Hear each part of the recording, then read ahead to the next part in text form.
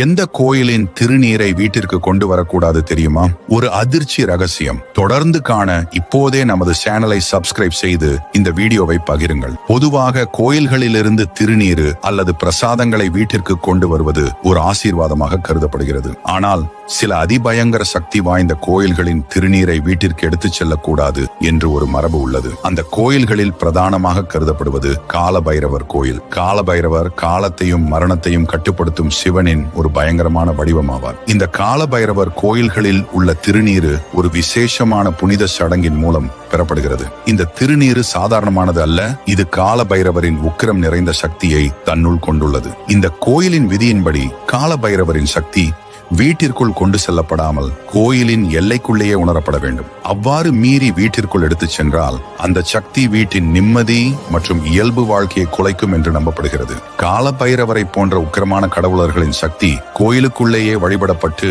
அங்கேயே விடப்பட வேண்டும். இந்த விதியை மதித்து நடந்தால் மட்டுமே காலபைரவர்